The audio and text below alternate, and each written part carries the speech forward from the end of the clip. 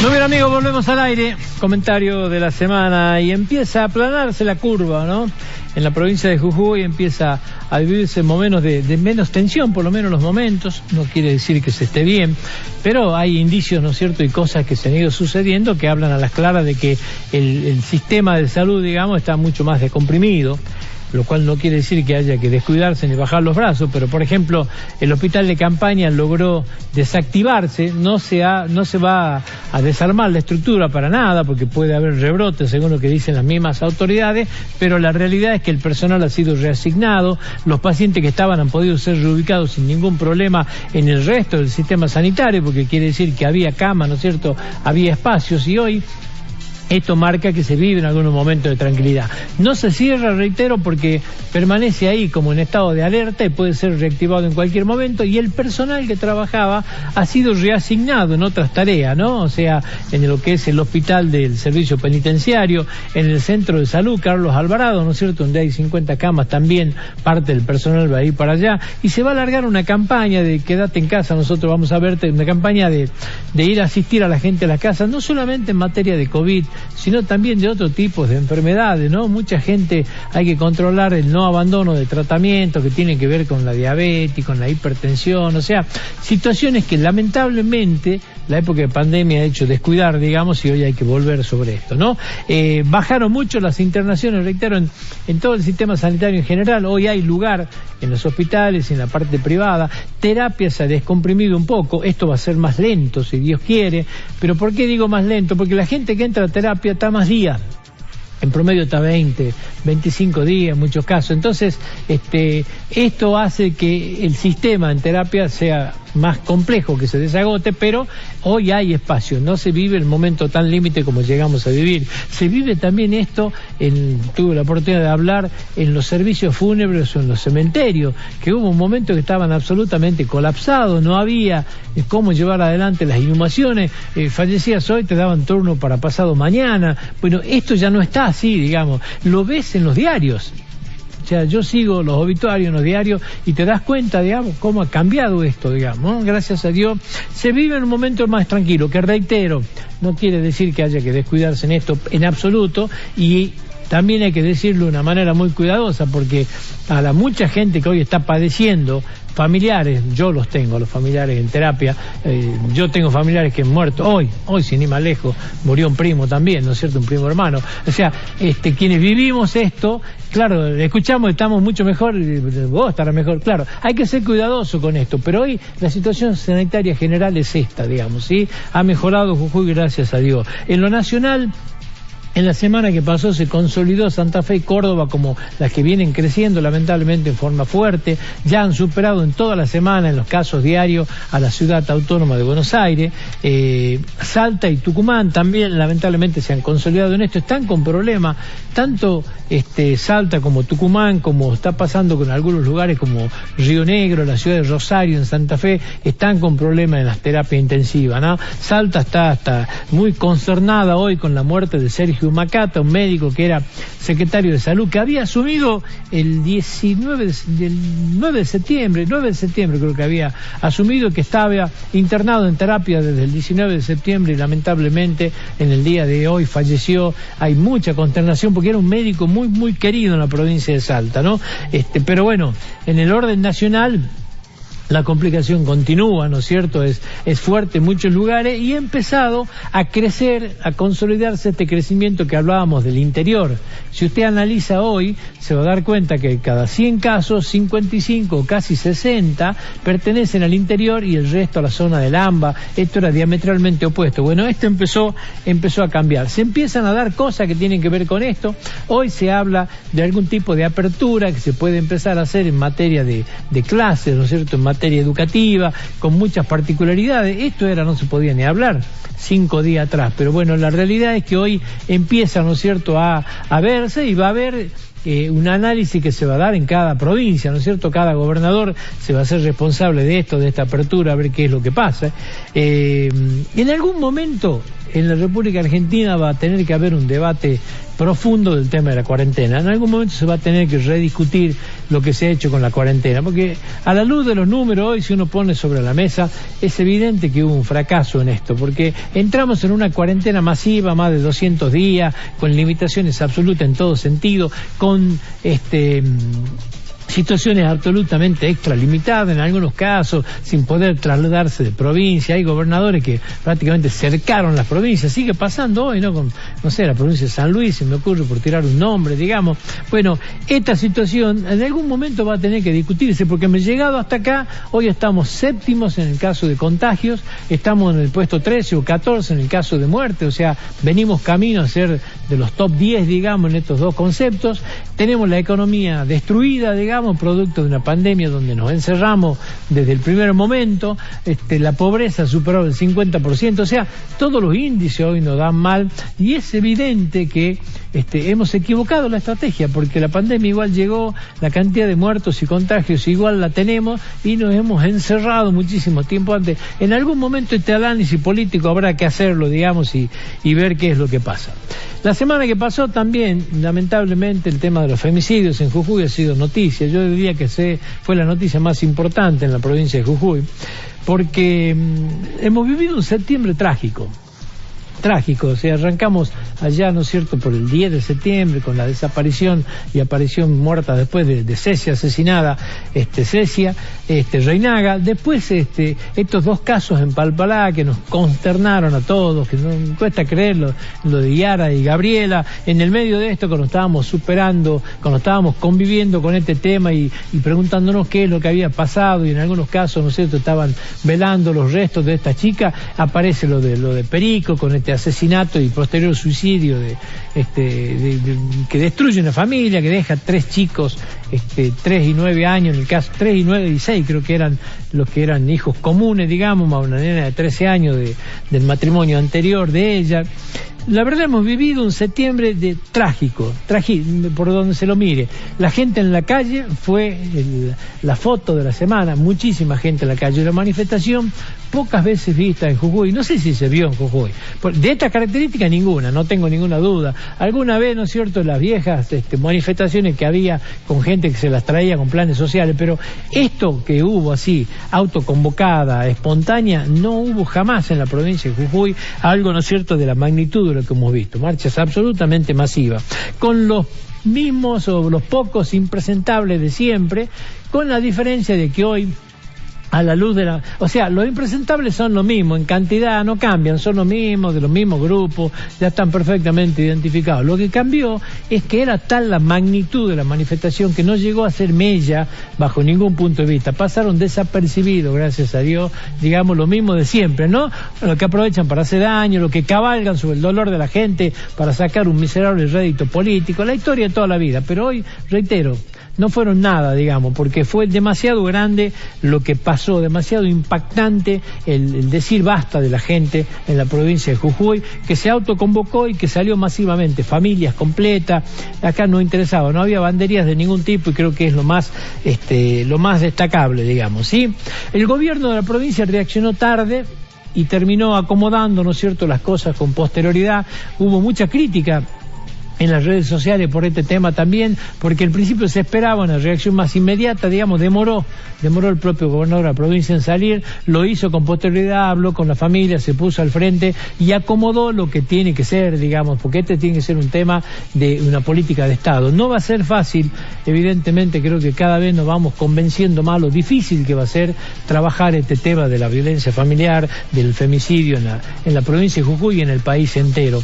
Sin duda que está demasiado arraigado en una sociedad machista y que lamentablemente nos va a costar mucho hacerlo, pero hay que hacer un trabajo que tiene que ser de una constancia absoluta, que tiene que ser una política de Estado donde los chicos hoy empiecen a criarse en un concepto de lo que tiene que ser el respeto de la mujer y esta es la única forma que al tiempo vamos a poder cambiar, actuar con mucha firmeza en los casos que se producen, pero la solución de fondo cada vez me convenzo más que pasa, ¿no es cierto?, por un trabajo de base muy importante que hay que hacer para que este criterio, que lamentablemente parece ser que en muchas familias estuvo arraigado, hay chicos que se han criado viendo al papá pegarle a la mamá y creen que esto es lo normal. Bueno, hay que trabajar todo esto, hay que trabajarlo en las escuelas, hay que trabajarlo en la familia, tiene que haber compromisos personales y nos va a llevar mucho tiempo corregir esta situación, lamentablemente, y mientras tanto tendremos que seguir comentando esta realidad, ¿no?, de lo que ha sido los femicidios y esta semana que pasó, por sobre todas las cosas que nos consternaron mucho a todos los jujeños, a la familia de la gente que ha vivido estos femicidios. Desde acá nuestro acompañamiento, ¿no es cierto?, y la comprensión con su dolor. En la Corte Suprema de Justicia fue el gran tema también de la semana, abrió el per saltum por el tema de los 3 jueces, ¿no es cierto?, de Bruglia, Bertuzzi y Castelli, y se todo el alboroto que estamos viendo, ¿no?, la grieta definitiva en la sociedad argentina. Mi opinión personal es que se profundizó esta grieta y que va a ser definitiva, digamos, ¿no? Si bien es cierto, falta la cuestión de fondo, pero sin embargo la forma en que actuaron todos es como si esto ya estaría definido, y no está definido. La Corte no ha entrado en la cuestión de fondo, pero claro, cuando abre, ¿no es cierto?, por unanimidad, muchos analistas entienden de que hay de alguna manera, ¿no es cierto?, un preconcepto ya estabilizado de qué manera va a fallar. En el medio de esto apareció la diputada Siley del Frente de Todos con un pedido de juicio político al presidente de la Corte, al doctor Rosenkrantz. El doctor Rosenkrantz ayer contestó en una extensa carta analizando punto por punto todos los aspectos que han fijado, ¿no es cierto?, en 60 carillas que tiene la presentación, ¿no es cierto?, pidiendo el juicio político, contestando punto por punto, digamos, todo lo que pasó. Cuando esto recién estaba dándose, ¿no es cierto?, y se estaban conociendo por lo menos los pormenores de los pedidos de juicio político, apareció el diputado Leopoldo Moró y le pegó a toda la Corte en general, no dejó a nadie en pie, digamos, tuvo expresiones totalmente desalmadas, digamos, contra todo. Contra el único que más o menos reconoció que es amigo fue contra el juez Maqueda, pero bueno, dijo que vive en la comodidad, no se termina de entender, digamos, ¿no es cierto?, qué es lo que quiso decir con esto, pero la realidad es que habló de la Corte en pésimos términos, digamos, está más dedicada a jugar al truco que a lo jurídico, dijo en algunos de los conceptos y en algunos de los agravios que logró exponer. No se entiende bien el porqué de esto, porque si no tiene los 2/3, ¿por qué avanzan de esta manera? Al atacar a toda la Corte, lo que hacen también es empujar a la Corte al espíritu de cuerpo. Esta es la interpretación de muchos, digamos. ¿Por qué se ataca de esta manera si bajo ningún punto de vista pueden hacer prosperar el juicio político si no tienen los 2/3 y menos en diputados? No se entiende este tema, pero bueno, lo dejan a Alberto Fernández absolutamente condicionado. Un Alberto Fernández que no se expresó en este tema del juicio político, lo hizo, dicen algunos, a través de Leandro Santoro, que salió a tratar de interponer, ¿no es cierto?, la opinión, pero la respuesta llegó a través de Moró. O sea, no solamente que Moró avala el juicio contra Rosenkrantz, sino que habló pésimo de toda la Corte, digo, que habría que enjuiciarlo todo, que llegó un momento de cambio. Leandro Santoro es yerno de Leopoldo Moró, esa rareza, digamos, de cosas. Pero bueno, en el medio de esto es evidente, ¿no es cierto?, de que lo pone incómodo Alberto Fernández, marcan la agenda en este tema o lo empujan, ¿no es cierto?, lamentablemente. Muchos preguntan si esto será un anticipo de lo que ya saben que es el fallo, o lo que se está pretendiendo es, sabemos que van a fallar de esta manera, queremos llevar adelante la presión hasta el final para ver cómo obtenemos alguna modificación, algún cambio. La ciudadanía empieza a convocarse de nuevo para el 12 de octubre, por eso digo, me parece que es la grieta definitiva. O sea, acá muchos opinan que lo que está en juego es la República. Si se permite que se lleven puesto a la Corte, bueno, al no haber justicia se hace lo que se quiere, empieza un debate totalmente distinto y mucho más excesivo. Hay que ver qué es lo que pasa el 12 de octubre, ya se está convocando, ¿no?, para salir a la calle a ver qué pasa, pero terminan, lamentablemente, imponiéndole una agenda a Alberto Fernández que se la vienen imponiendo en un montón de cosas, ¿no? A ver, Venezuela.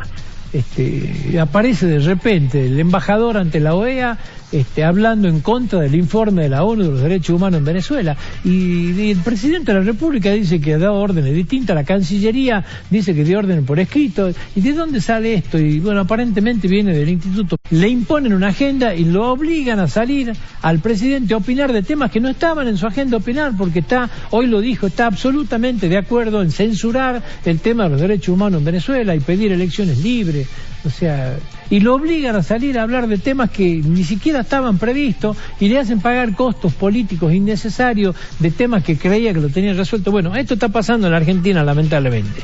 En el medio de esto, en la semana también, el tema del cepo, los dólares que siguen yéndose para arriba, las reservas que siguen cayendo, la gente que va a los bancos a sacar la plata, la desconfianza que crece, esta resolución que saca el gobierno con el tema de retenciones, que el campo la mira de costado. Dicen o parece ser que con el tema de los industriales, fabricantes de harina y de aceite, tienen algún tipo de acuerdo para que liquiden, pero lo que son la producción primaria del campo, lejos de esto, se están pintando para la guerra. Hoy corrían, ¿no es cierto?, las versiones y circulaban por todas las redes el pedido a la gente del campo que saque los depósitos del banco Credit Corp, porque el presidente es uno de los integrantes que propuso el impuesto a la riqueza. Entonces, fíjese la forma que se están dando las confrontaciones en la Argentina, que lejos está de generar algún tipo de paso, de tranquilidad. En el medio creo que está claro de que hay una desconfianza muy grande de toda la gente por esto que hablamos, ¿no? Por esta agenda, por la confrontación. Por eso uno se pregunta cuál es el rumbo, ¿no es cierto?, hacia dónde vamos. La gente viene sacando la plata de los bancos de hace rato. Lo viene haciendo desde que Alberto Fernández ganó las PASO. O sea, está claramente demostrado que desde agosto que se viene perdiendo depósitos sistemáticamente. Entonces algo hay que preguntarse a qué se debe que la gente reacciona de esta manera y profundiza la desconfianza. En este marco, y es difícil creer que va a entrar un dólar, es difícil creer que la gente va a liquidar, que el productor va a liquidar, pero bueno, hay que ver, es una semana absolutamente decisiva. Y nos preguntábamos, ¿cuál es la agenda del gobierno? O sea, una pregunta que creo que todo el mundo se está haciendo, digamos, ¿es la agenda del gobierno o es la agenda de una determinada persona? Porque de repente, si hoy se pone a ver qué es lo que el gobierno empuja con más fuerza y con más intensidad, es el tema de los jueces, o sea, el respaldo a sacar los 3 jueces, ¿no es cierto?, que molestaron a Cristina y devolverlo a su juzgado anterior. El tema de la Corte, porque al haber la Corte habilitado el persalto se ha transformado en el mismo grado de enemigo, que creo que es la gran batalla, porque es esta Corte la que en definitiva va a terminar viendo, ¿no es cierto?, los casos de corrupción. En algún momento Otesur, en algún momento los sauces, en algún momento los cauces, los cuadernos con la obra pública va a llegar a la Corte, ¿no es cierto? Esto es evidente, que creo que es la pelea de fondo, y se ha transformado también en la agenda del gobierno Rodríguez Larreta. Todo está indicado en pegarle a Rodríguez Larreta. Le pegan con el tema de la salud, le pegan con el tema de los fondos coparticipables, le pegan con el fondo con la plata de transferencia de terreno. O sea, hoy realmente la Ciudad Autónoma de Buenos Aires, Rodríguez Larreta más bien, se ha transformado en gran parte de la agenda en la República Argentina. Todo está indicado para acá. No se termina de entender, digamos, o sea, parece ser que la agenda es buscar enemigos, confrontarlo y echarle la culpa. Esto es lo que hoy da la sensación, o uno percibe que está pasando en la Argentina, pero en el medio de esto, o sea, es buscar un enemigo para echarle la culpa de todo. Usted fíjese, Tayana le llegó hasta de echar la culpa a Macri de la muerte de Dorrego hace 200 años. O sea, fíjese el grado de obstinación y de locura que persiste en la Argentina, las cosas que estamos debatiendo y discutiendo. O sea, el ejemplo que dio, que tenía que ver la misma gente que vota a Macri a la que mató a Dorrego. Es una cuestión de locura. Las peleas del ministro Golan de Salud de la provincia de Buenos Aires, los ataques sistemáticos a la Ciudad Autónoma, echarle la culpa de todo.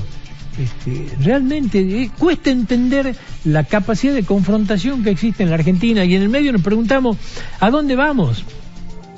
¿A dónde vamos? Porque en este afán de echar culpa hay un momento que no se puede seguir echando la culpa de todo. A ver, en materia económica, sí, la herencia recibida, perfecto, la herencia recibida, pero se ha profundizado el cepo.